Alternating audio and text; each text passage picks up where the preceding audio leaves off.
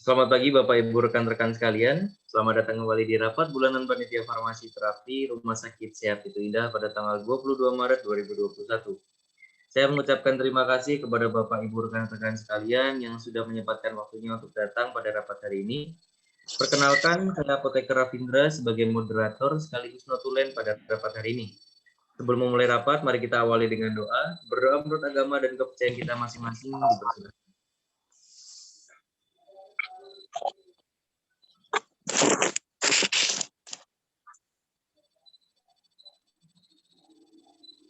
Berdoa selesai. Sekarang kita lanjutkan dengan agenda rapat pada hari ini. Agenda yang pertama yaitu sambutan dari Ketua Panitia Farmasi dan Terapi. Agenda selanjutnya adalah diskusi mengenai terapi. Kemudian agenda selanjutnya adalah penutup dan kesimpulan, setelah itu diakhiri dengan doa penutup. Baik, tidak perlu berlama-lama, langsung saja kita mulai rapat pada hari ini. Kepada Dr. Billy selaku Ketua Panitia Farmasi Terapi dipersilakan waktu dan tempat untuk membuka rapat hari ini.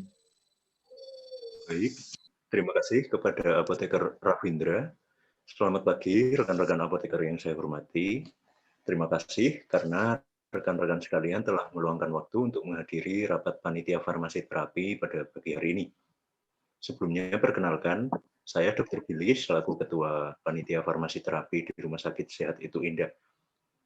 Rapat Panitia Farmasi Terapi ini diadakan dengan tujuan mengetahui kemampuan efektivitas terapi dari obat simvastatin dan atorvastatin. Saya berharap rekan-rekan semua dapat ikut berpartisipasi aktif dalam membahas topik ini demi meningkatkan pelayanan terhadap pasien.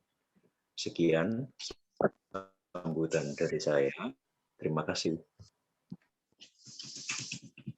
Terima kasih atas sambutannya Dr. Billy. Selanjutnya kita akan memulai diskusi kepada Apoteker Nova dan Apoteker Hendrik. Dipersilakan.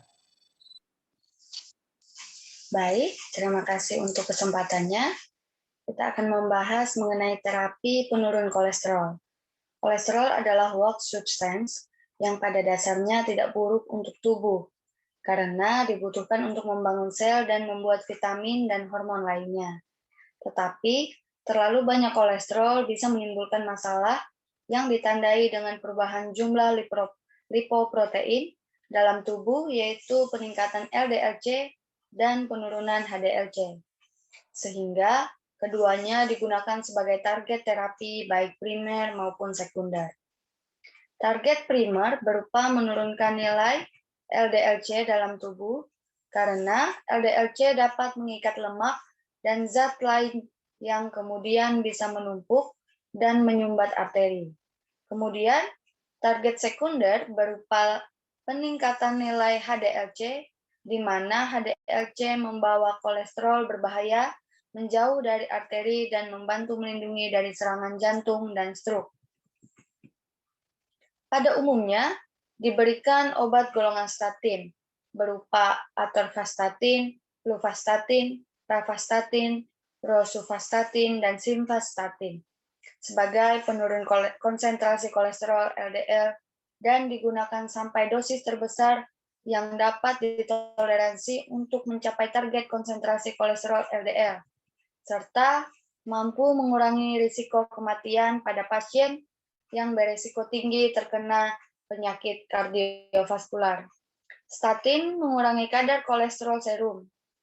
Obat golongan ini menghambat 3-hidroksi 3-metil glutaril koenzim A HMG CoA reduktasi, enzim yang terlibat dalam pembuatan kolesterol. Statin menurunkan produksi kolesterol oleh hati dan meningkatkan pembersihan kolesterol LDL dari darah sehingga mengurangi kadar kolesterol LDL. Statin juga secara tidak langsung mengurangi trigliserida dan sedikit meningkatkan kadar kolesterol HDL. Melalui efek ini, statin memperlambat proses aterosklerotik dan bahkan dapat membalikannya. Ya, selanjutnya saya akan menyampaikan beberapa efek samping penggunaan statin. Terdapat beberapa efek samping dalam penggunaan statin seperti yang disebutkan pada penelitian Horodinci et al. Pada tahun 2019, seperti yang terlihat pada tabel ini. Diketahui bahwa efek samping utama terapi statin adalah gangguan muskuloskeletal, yaitu miopati dan rhabdomyolysis, dan diabetes.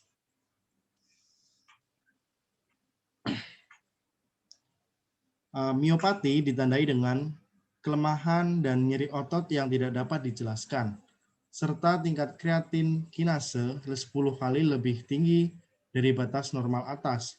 Rhabdomyolysis adalah bentuk miopati yang lebih parah, dengan kreatin kinase 40 kali lebih tinggi dari batas normal. Resikonya lebih tinggi pada tahun pertama pengobatan.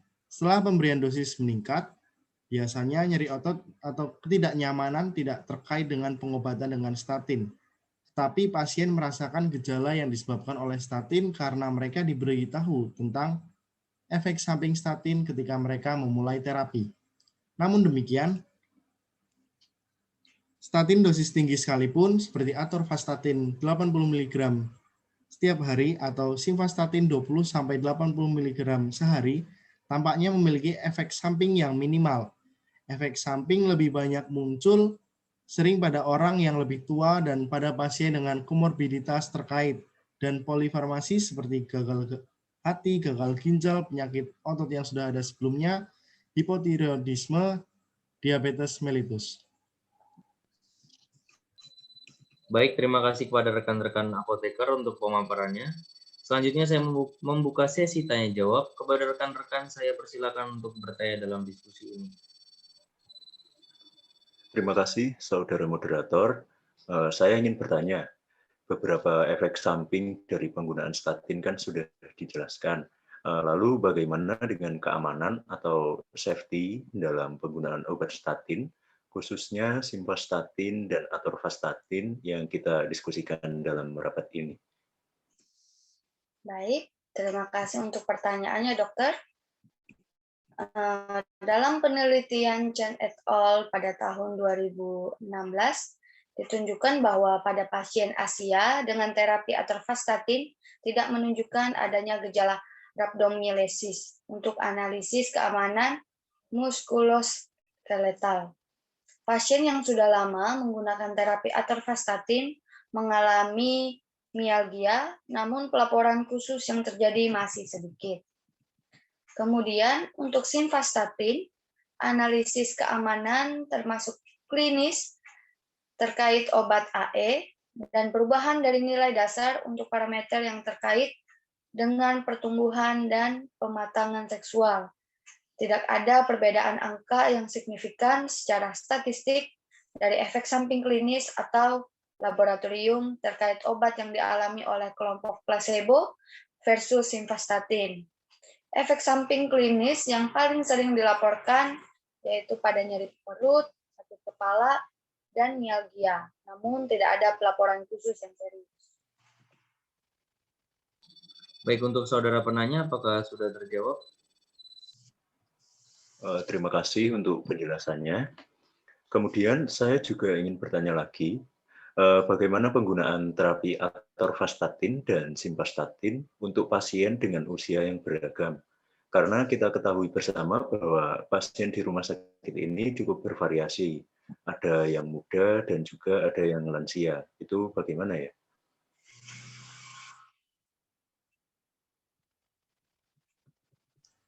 Baik, saya akan menjawab pertanyaan ini berdasarkan penelitian Horodinci et al. Pada tahun 2019 terkait terapi statin untuk pasien geriatri, di mana dalam penelitian ini pasien yang menggunakan terapi atorvastatin 80 mg per hari dengan paravastatin 40 mg per hari, terlihat bahwa pasien yang menggunakan atorvastatin memiliki penyebab kematian yang lebih rendah, tetapi penurunan kejadian kardiovaskular utama yang tidak signifikan.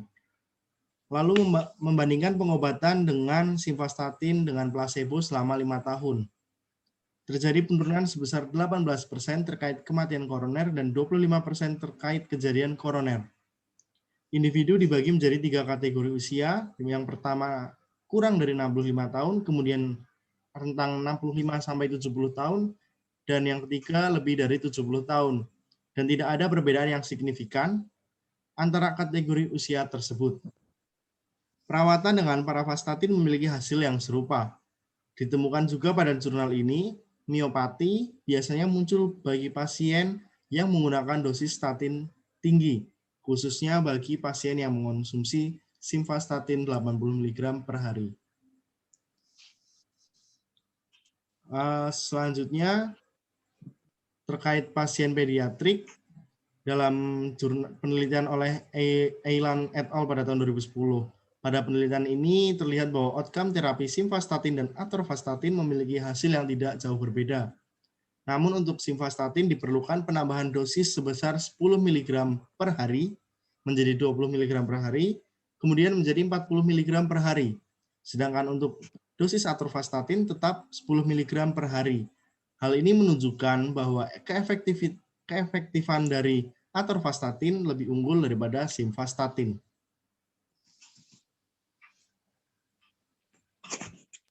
Baik, terima kasih untuk penjelasannya Saudara Apoteker. Untuk Saudara penanya, apakah sudah terjawab? Terima kasih sudah menjawab. Kemudian, jika pasien diketahui memiliki riwayat atau sedang mengalami kondisi atau komorbiditas tertentu, bagaimana pertimbangan terapi statin yang dilakukan? Untuk pertanyaan ini akan saya jawab. Dan untuk komorbiditas yang akan saya paparkan adalah terkait cardiovascular disease.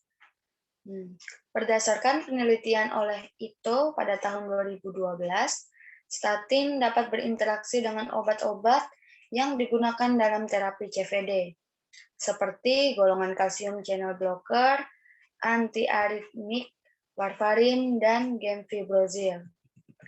Kalsium channel blocker sering diresepkan bersamaan dengan statin karena hipertensi dan angina stabil kronis adalah komorbiditas umum pada pasien dengan dislipidemia. Namun, penghambat saluran kalsium tertentu seperti verapamil dan diltiazem adalah penghambat CYP3A4 yang lemah atau cukup kuat dan telah terbukti secara signifikan meningkatkan konsentrasi serum, baik lovastatin maupun simvastatin. Kemudian, agen antiaritmia, amiodaron, juga merupakan inhibitor CYP3A4 yang manjur.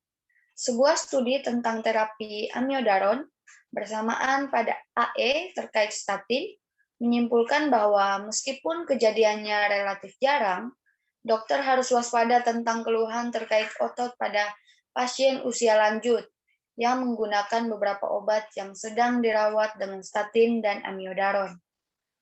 Dosis simvastatin terbatas bila digunakan dalam kombinasi dengan amiodaron berdasarkan pengumuman FDA. Terapi angina ranolazin juga ditemukan meningkatkan konsentrasi plasma simvastatin 2 kali lipat.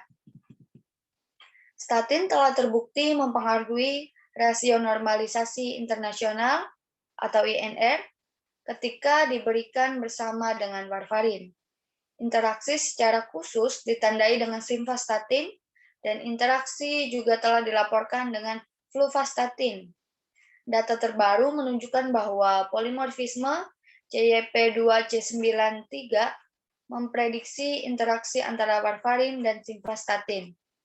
Selama pengobatan, warfarin tidak berubah secara signifikan ketika pitavastatin ditambahkan ke regimen. Sementara peningkatan yang signifikan diamati ketika rosuvastatin ditambahkan. Namun, untuk penggunaan gemfibrozil dan atorvastatin, lovastatin, pravastin, atau simvastatin secara bersamaan telah dikaitkan dengan kasus rhabdomyolysis. Pengetahuan tentang farmakokinetik statin dan mekanisme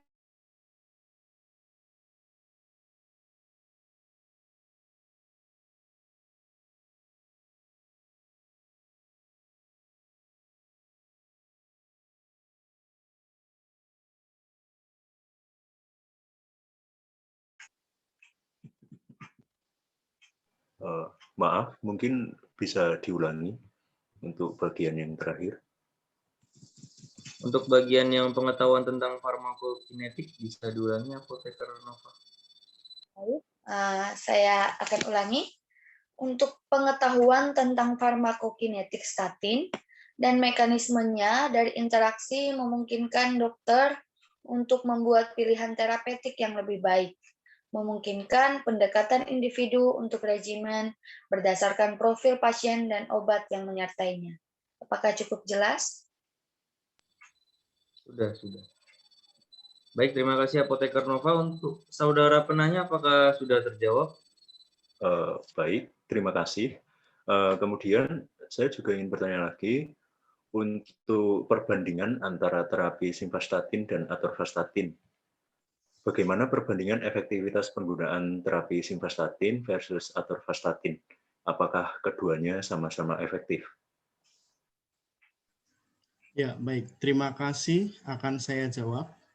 Dalam penelitian oleh Chuse et al. Pada tahun 2012, dinyatakan bahwa penggunaan terapi simvastatin dan atorvastatin dapat mengurangi kadar lipid, yaitu diantaranya LDL kolesterol, total kolesterol, trigliserida, dan VLDL.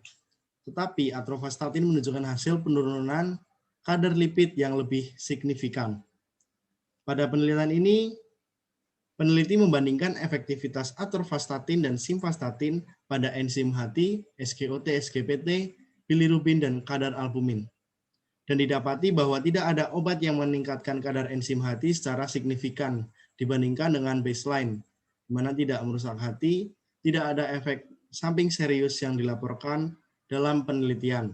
Dalam studi diterangkan bahwa atorvastatin mengurangi kreatinin kinase secara lebih signifikan jika dibandingkan dengan simvastatin, di mana kreatinin kinase merupakan biochemical marker yang digunakan dalam deteksi infark.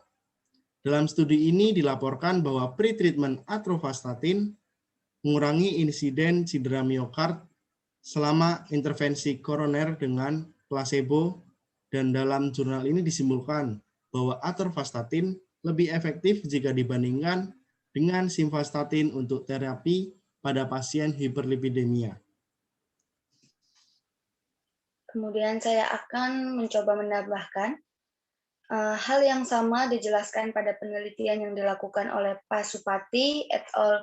Pada tahun 2009, di mana dilakukan treatment terhadap pasien hiperlipidemia, yaitu pemberian terapi atorvastatin dan simvastatin dengan dosis masing-masing 10 mg dan 20 mg dosis harian selama 8 minggu.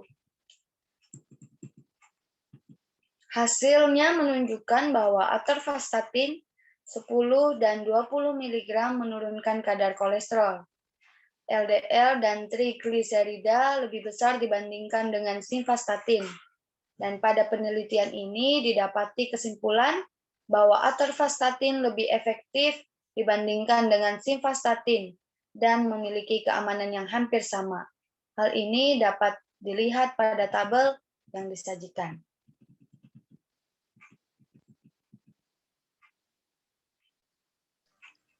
Kemudian terkait efektivitas terhadap biaya, di mana dilakukan penelitian retrospektif oleh Oswald et al. Pada tahun 2006 yang melakukan cost effectiveness analysis terhadap pasien terapi rosuvastatin atau atorvastatin dan simvastatin terhadap pasien dengan dislipidemia. Didapatkan hasil seperti terlihat pada tabel berikut ini. Jika kita bandingkan antara atorvastatin dan simvastatin, maka dapat diketahui bahwa atorvastatin memiliki efektivitas yang lebih tinggi dibandingkan dengan simvastatin dalam penurunan LDL kolesterol, yang bisa disebut lebih efektif dalam penurunan kadar kolesterol, yaitu 28,1% berbanding dengan simvastatin, yaitu 26,7%. Kemudian jika dilihat dari sisi cost atau biaya yang dikeluarkan oleh pasien, atorvastatin menunjukkan angka atau harga yang lebih cost effectiveness jika dibandingkan dengan simvastatin.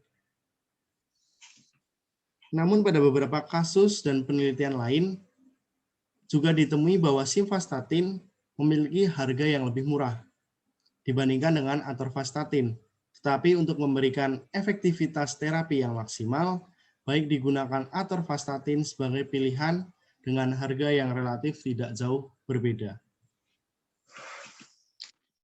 Terkait dengan harga, berikut ini merupakan atorvastatin generik. Pada atorvastatin 10 mg termurah pada produsen Hexfarm, yaitu Rp3.597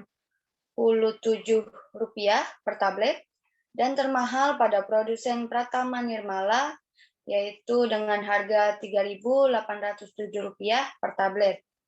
Pada tablet 20 mg termurah berasal dari Pratapa Nirmala dan Hexfarm sejumlah Rp5.756 per tablet, dan termahal berasal dari Novel dengan harga Rp6.118 per tablet. Selanjutnya, untuk simvastatin generik, pada 10 mg termurah berasal dari Kimia Farma dengan harga Rp665 per tablet, dan termahal dengan harga Rp1.259 per tablet, yang berasal dari Dexa Medica. Pada tablet 20 mg didapatkan harga termurah, yaitu Rp1.268 per tablet, yang diproduksi oleh Graha Pharma, dan termahal berasal dari Benofarm dengan harga Rp1.535 per tablet.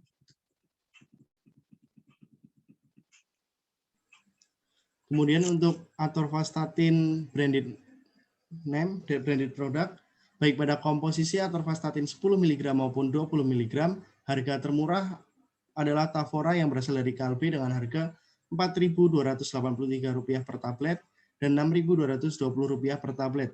Untuk yang paling mahal yaitu Lipitor 10 mg dan 20 mg yang berasal dari Pfizer dengan harga masing-masing Rp26.621 per tablet dan Rp27.410 per tablet.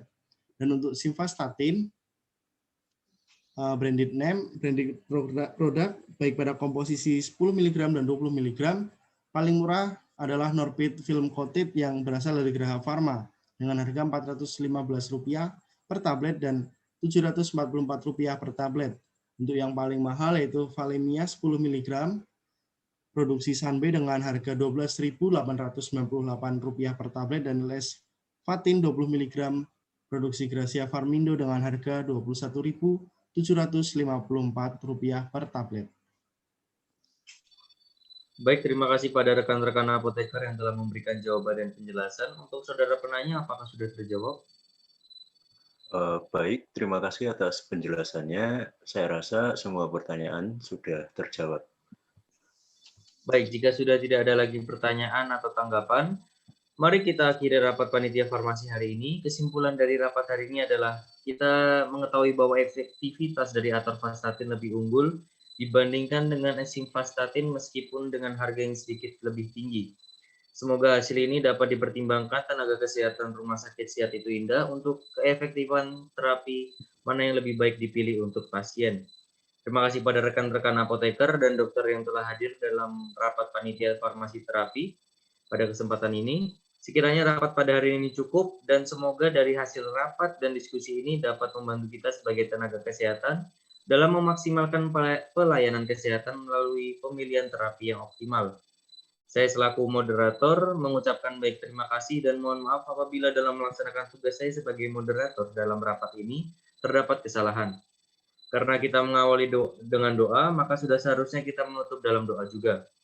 Mari kita berdoa menurut agama dan kepercayaan kita masing-masing. Berdoa dipersilahkan.